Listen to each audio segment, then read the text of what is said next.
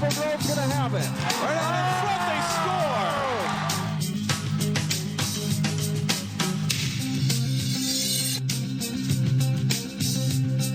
score! Welcome to Sports Jam for the week of May 9th. I'm Jay Wilcox. I'm John Jacobson. Today on the show, a couple of big matchups in lacrosse. We meet a standout baseball pitcher from Wayzata in our Sports Jam Spotlight. And we'll talk with 4 local Athena Award winners. Up first, prep baseball. Totino-Grace and Champlin Park are both ranked in the top 10 of Class 4A baseball. The Eagles held a game-and-a-half lead over both Champlin Park and Maple Grove, coming into the Thursday game between the Eagles and the Rebels. Top of the first inning, in Champlin Park, pitcher Sam Goodman uncorks a wild pitch. Nolan Nielsen comes home from third base to score the game's first run. Sixth inning with the Eagles up 2-1 when Champlin Park's Riley Johnson drives one deep to the gap in left center. Zach Logan scores from first base, and Johnson slides into third base with a triple, and this game is tied at 2. Same score in the bottom of the sixth inning. That hit came in the fifth. The base is loaded for the Rebels, and Aaron Klepner with a base hit up the middle. Jeff Wayloggy and Alex Backridges come in to score, and it's 4-2 Rebels. Next batter is Loven, and he'll clear the bases. With this drive again to the fence in left center field, Joey Albright and Klepner score on Loven's double. The Rebels have a 6-2 lead. Cole Albers came in and pitched 3 innings of scoreless relief to get the win for Champlin Park. The Rebels rally to beat Totino-Grace 6-2, a big win for Champlin Park. Huge. I mean, they're in our section, they're in our conference, their first conference loss for them. It's just huge. I mean, they're a great team. They have solid pitching, solid defense, they can hit the ball. It was an all-around good win. Also in the Northwest Suburban, Armstrong hosting Andover, tied 1-1 in the third until Chance Bowen slaps a single into center field for the Falcons. Mitchell Verbatim scores, and Preston Reed comes in as well. The Falcons are up 3-1 through 3. In the fourth, Josh Thorpe connects and drives it deep, and it gets to the fence. Isaiah Poster scores on Thorpe's extra base hit. Armstrong takes a 4-1 lead. Still in the fourth inning, and Verbatim wraps a single to left to bring Thorpe around, and it's a 5-1 lead for Armstrong. They do most of their damage in the third and fourth innings. Bowen's hit to left will score Verbatim as the Falcons get 4 in the fourth on the way to an 8-3 win.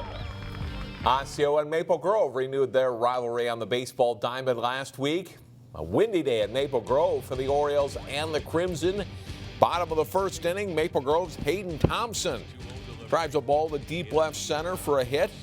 Charlie Horton scores, and Jaden Roll slides in with the second run in the inning on the double by Thompson. Maple Grove starter Brett Schultz had a solid outing on the mound. The senior right-hander goes 6 innings, allowing 2 runs and striking out 8. Crimson will break the game open in the fourth inning. Roll at the plate, and he sends it over the fence here and left for a grand slam. Roll with 3 hits on the day, and Maple Grove leads it 7-0. Osseo gets on the board in the fifth inning. Cameron Perna will send one deep. This one also carries for a home run. It's a 2-run homer for Perna, making it an 8-2 game. The Crimson's Isaac Collins reached base 4 times, including on the 6th inning double that scores 2 runs. Maple Grove wins at 11-4. Crimson won 4 games last week and has now won 8 of its past 9 games. First in the Old North Suburban and now in the Metro West Conference, Cooper and Benilde St. Margaret's have had some good baseball matchups. They meet on a warm, sunny afternoon at Cooper. Benilde gets on the board in the top of the first as Derek Dries tags a hit to left center. Jack Quaylen scores on the play, and the Red Knights go up 1-0. Cooper responds in the bottom of the inning as Garrett Denuer's base hit to center with the bases loaded scores 2 runs, and it's 2-1 Hawks after 1 inning. Benilde breaks a 2-2 tie with 4 in the third. Alex Houlihan singles to center to score Peyton James. As the throw home bounces off the mound and gets away, it's 3-2 Red Knights with more to come. Later in the third, Mitch Melquist drills it off the fence in right field to score another run.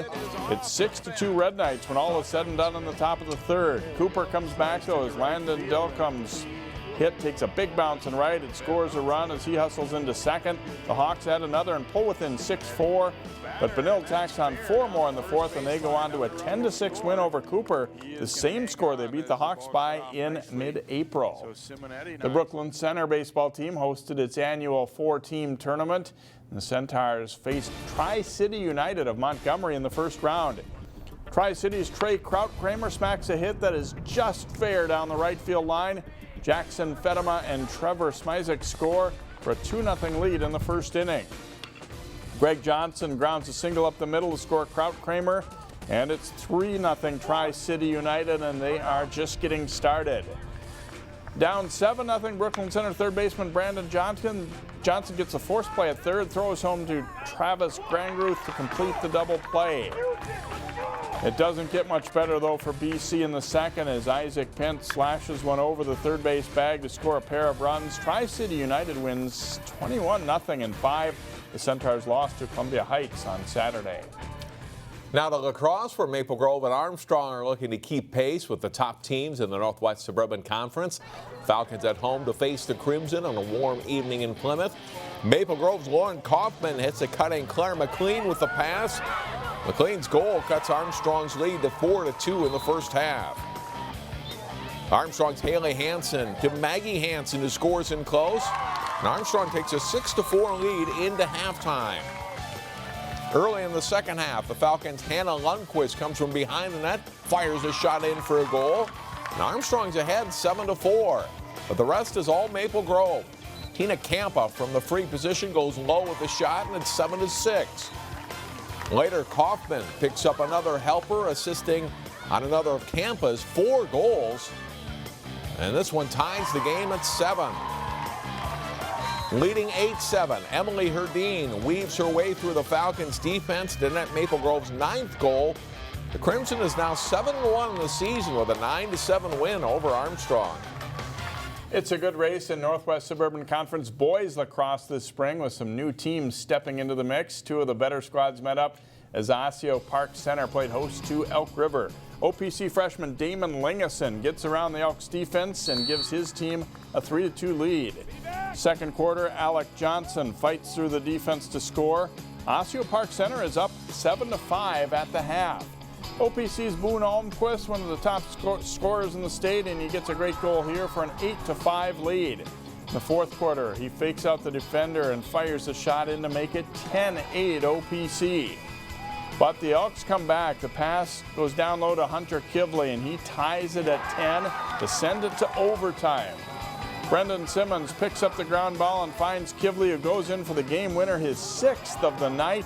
Elk River takes a thriller 11-10 to stay in first in the conference. The Breck boys lacrosse team faced 3 tough opponents in a busy week. That run started against arch rival Blake. Blake's Clayton Ray surveys the field, takes aim at the net and buries a long shot, put the Bears up 2-0. From behind the net, Blake's Jimmy Gruber slams on the brakes, bounces the low shot in to make it 4-0 Bears. Breck gets on the board. Arlo Zellickson comes from behind the goal and scores just as he's knocked down. But the Mustangs trail at 7-1. Second quarter and the defender falls. Blake's William Verner sets up Kyle Meredith for the goal, and Blake cruises past Breck 15-4. And the Blake girls also getting the best of Breck last week. Blake pretty good in both boys and girls lacrosse. Stay with us. Next up on Sports Jam, the Athena Awards plus softball highlights. Stay with us.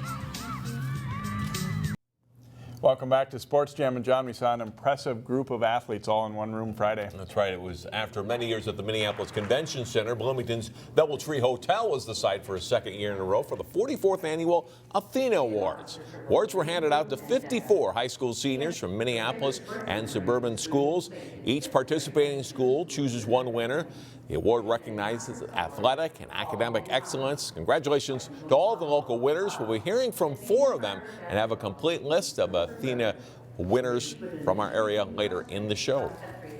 Now to softball, where Cooper and Benilde St. Margaret's played a game that was very close until things changed late. Cooper hosting this meeting with the Red Knights. In the bottom of the first, Yvette Williams-Upshur lifts a fly ball to the fence for Cooper. Bree Jones scores on that hit for a 1-0 Cooper lead. The Red Knights answer in the second as Isabel Fleming rips a base hit to bring home Sedona Brown, and it's 1-1. Cooper gets 2 in the bottom of the second. Maddie McGuire's hit brings home Laura Beener and gives the Hawks a 3-2 lead. Benilde ties it up again in the fourth. Abby Mead comes through with a 2-run single, and it's a 3-3 game. That's still the score in the 8th inning when Lily Johnson drives in Fleming for the go-ahead run for the Red Knights. And they're not done. Brown delivers a backbreaker as she cracks a grand slam. Benilde gets 6 runs in the 8th, and they win the game 9-3. The softball team at West Lutheran in Plymouth has moved up to number 3 in the state Class A rankings. The Warriors face the team that ended their season last year. They faced New Life Academy. In the bottom of the first inning, Laura Studansky with a hit down the line to score Afton Zemke and start a 3-run inning for the Warriors. Bottom of the third, Maria Tripp slices a hit over the infielders. Miranda Wahlberg and Lily Nelson come around to score, and it's 7-2 West Lutheran. Fourth inning, Studansky drives the high pitch to the gap to score Lisa Hoffer, and it's 9-3. Fifth inning, Hoffer connects for a 2-run homer. West Lutheran clinches their first conference title with a 12-3 victory. Also in softball, Brooklyn Center hosting Blake. The Centaur Sandy Thompson drives a hit to the gap in right center. Felicia Yang and Deja Gibson score. BC gets 6 in the third inning to go ahead 8-4. Blake comes right back though. Sammy Wagner will tag it to deep left center field, and this one is gone. It's a 3-run shot for Wagner. The Bears get 4 in the top of the fourth to even it up 8-8. This game's tied 11-11 heading to the 7th. Blake erupts for 6 runs. Annabelle Chase with a liner over shortstop to score Jesse Rudine. The Bears go up 17-11. Brooklyn Center does rally in the bottom of the 7th. Molly Falness grounds a hit to right, but they fall short as Blake wins it 17-15. Two softball teams in need of a win in Northwest Suburban Conference play met up as Armstrong visited Park Center. Down 6-0, Armstrong gets on the board in the fourth as Joyce Yellowhammer bounces to third. The throw home is late and gets away. The Falcons add 1 more in the inning. Park Center not about to let them back in it though. Hannah Ruinen slugs one to deep left, and this one gets out. A solo shot makes it 7-2 Pirates. In the 5th, Naomi Fields will hit a fly ball to medium deep right field. A nice catch by Callie Campbell, but Gabby Beberg tags up to score on a sacrifice fly. Armstrong gets another run on the 7th, but Rebecca Ernst pitches Park Center to an 8-3 win. Totino-Grace had a very good start this season in softball, but they've run into some good opponents in recent games. Eagles hoping to pull off a big win against a good Elk River team. Top of the 5th, Elk River putting it in play, and thanks to a Grace error, 2-run score here, and the Elks have a 3-0 lead. The Eagles don't do much against Elk River pitcher Olivia Walters. Strikeout there ends the 6th inning. Top of the 7th, Anna Newman delivers a 2-out hit down the line to score Caitlin Aday for a 4-0 Elks lead. And Walters strikes out 13 as a shutout. Elk River wins this one 4-0. Eagles certainly ran into some tough opponents last week, Jay. Yeah, the schedule has a lot to do with how their streaks have gone, I think, but they're still a pretty good softball team. Elk River awfully good this year, I think. Well, next on Sports Jam, meet a talented pitcher from the Wayzata baseball team. That's coming up in our Sports Jam Spotlight. The Wayzata baseball team is aiming for a trip to the state tournament this season. In this week's Sports Jam Spotlight, we meet a Trojans pitcher who wants the ball in big games. He's what every baseball coach is looking for, a true ace. And a breaking ball and a beauty. 6'3", 205-pound Wayzata senior lefty Tom Skoro is a complete pitcher. Biggest strength is probably locating my pitches, keeping them low. Something I should work on is probably speeding or picking up my velocity if I can a little more, and then just making sure my mechanics are good. The biggest thing is probably that he's so good with swing and misses, you know. He's got 3 pitches that are really hard to hit for everyone, and he does a really good job locating them, switching it up, and so it's always a pleasure to catch him. Well, he's a power pitcher. You know, he throws hard, he's got a heavy ball. He can throw multiple pitches for strikes. His greatest strength, though, is just he's so calm. You really can't tell if he's up 10 or down 10. His demeanor is really neutral. You know, I would liken him to a Tom Glavine, just that poker face. You really can't tell if he's rattled or not. Though he pitched well, Skoro was outdueled by Minnetonka's Sam Thorson in a recent 2-0 loss. It was an impressive pitching matchup. Yeah, he was throwing great, only gave up 1 hit against us. Definitely made me step up my game. He pitched a better game, which I was very impressed with how he pitched. That loss to Tonka was Wayzata's first, and they followed it up by dropping a game to Edina. The Trojans were ranked #1 in the state prior to those defeats. I think we needed that, a little reality check. Definitely good to get 2 losses, so we know, I guess, what it's like. But we're definitely going to come back strong.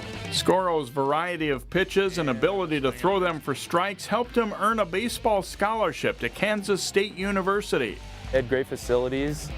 Baseball is definitely one of their main priorities down there. I like playing in the Big 12 would be pretty fun, and just the coaching staff seemed pretty awesome.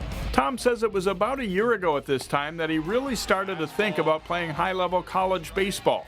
Probably end of my junior year, I thought I could have been definitely like a D2, good D2 school, maybe D1 if I got the chance. He's grateful for the help of his coaches and teammates. And yes, even the guys from programs like Eden Prairie and Minnetonka have helped Skoro get ready for college ball. I think it's great because those teams definitely have some high college talent players. And it'll be a good test for me, play them now, get a little test appetizer on it, and then in college, definitely see a higher level, but it'll be good to start out here. Wayzata head coach Bobby DeWitt pitched at the University of Minnesota. He has no doubt that Tom Skoro can and will be successful at Kansas State. He's a better pitcher than I was. He's bigger, he's stronger physically. He throws hard, he's got a lot of different pitches. I think he'll do quite well. And outduels Tom enters the week with a 3-1 record, 0.75 ERA, and a 42-6 strikeout to walk ratio in 28 innings. He says he'll start taking classes in July at Kansas State and not play any summer baseball this year per their request. Sports Jam returns in a moment as John talks with 4 local Athena Award winners. Welcome back to Sports Jam. The annual Athena Award honors the top female athletes from around the Minneapolis area, and some of the winners have joined us now on the show. We'll start with Maranatha Christian Academy senior Alaina Jarnot. First of all, congratulations on this award. What does this mean to you? I'm just so honored to get this award, and it means a lot to me. I really appreciate it. What did you know about the award before you found out that you were going to be the Maranatha winner for this year? I just knew it was for a lot of accomplishments and just good students and stuff like that. So. Take me back through your high school career for you as a basketball player at Maranatha. What were some of the highlights for you? In 2012, winning the state tournament, that was definitely a highlight. And just going back to the state tournament every year and almost getting it, but I mean, it was still the best time ever playing at Maranatha. I really enjoyed it. I'm sure you know a few of the girls here in the room today, but not all of them. Are you looking forward to talking with them and sharing some common experiences? Yeah, I remember playing with some of those girls at the All-Star game, so it'll be fun to talk to them, and yeah. Tell us your plans for next year. I'm going to play basketball at Monmouth University in New Jersey next year, and probably study something in the business. I'm just not for sure what yet. Ruby Stauber from Wayzata High School, and a huge high school. And what does this mean to be the one senior female athlete to be picked to represent Wayzata today? Yeah, it means a lot. It's a big deal. A lot of female athletes at Wayzata, with it being such a big school and so many really high competitors there, so definitely a big deal. Your mom was an Athena Award winner. What does that mean to you to both share in this now? Yeah, it's pretty cool. I texted her when our AD told me, and she was super excited, so she's pretty happy and proud, and it's cool. For you, what are some of the highlights you'll take with you as you move on from Wayzata? I think my freshman year we won state in soccer, and I scored in the championship game, so that was a pretty big deal. And Soccer has definitely been fun, but I think last year had a really great track season, and state meet and breaking the record and winning and everything was pretty special, so probably a hat. Congratulations and enjoy the day. Thank you. Maple Grove's Mackenzie Barta, another one of the Athena Award winners. And Mackenzie, for you today, tell me about this day and being with these other young women. Yeah, it's an honor to be able to represent Maple Grove here amongst all these other outstanding female athletes, so it's really an honor to be here. How many of them did you know before today, or have you competed against, or just know from basketball or whatever? I would say quite a lot of them. Our little table over there is mostly basketball people that we've played against growing up, so it's awesome. Hey, looking back at your high school career, what's a highlight that you can pick out? Oh, it's tough to say. It was an awesome 4 years. I don't think I could pick like a singular highlight, but probably just all my memories I have with my team off the court and practicing and our locker room memories, stuff like that. I'll really miss the girls.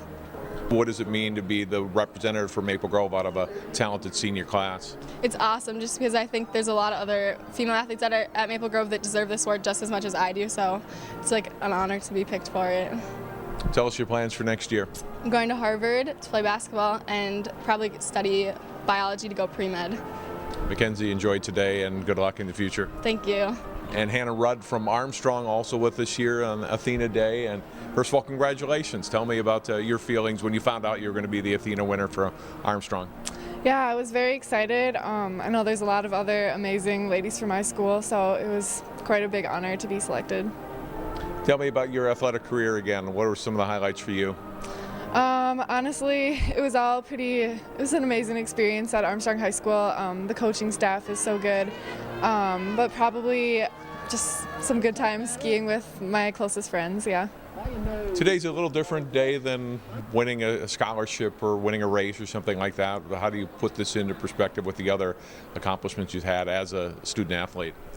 Yeah, this is a little bit different. The Athena is like academics and athletics, so just a big honor.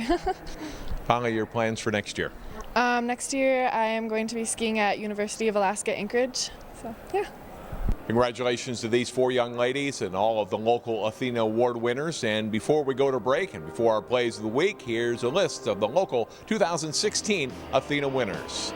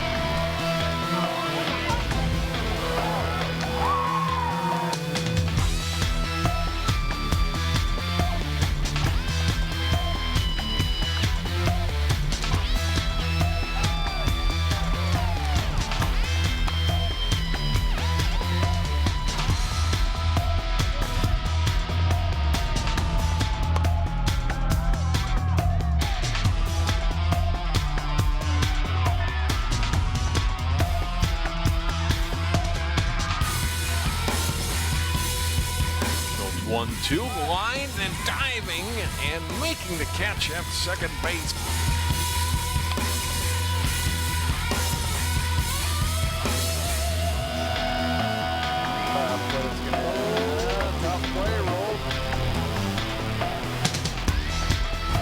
Families don't miss the vehicle fair on Saturday, May 14th from 10 to noon at the Crystal Community Center. For more details, go to In the Community at 12.tv.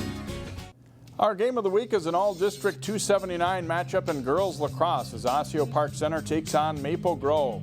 The game is Wednesday night at 6:30 at Maple Grove. Watch it live on our website, 12.tv, and catch the replays on Channel 12 and 799 Thursday night at 7 and 10 p.m. And that will do it for this week's show. Thanks so much for watching. See you next time here on Sports Jam.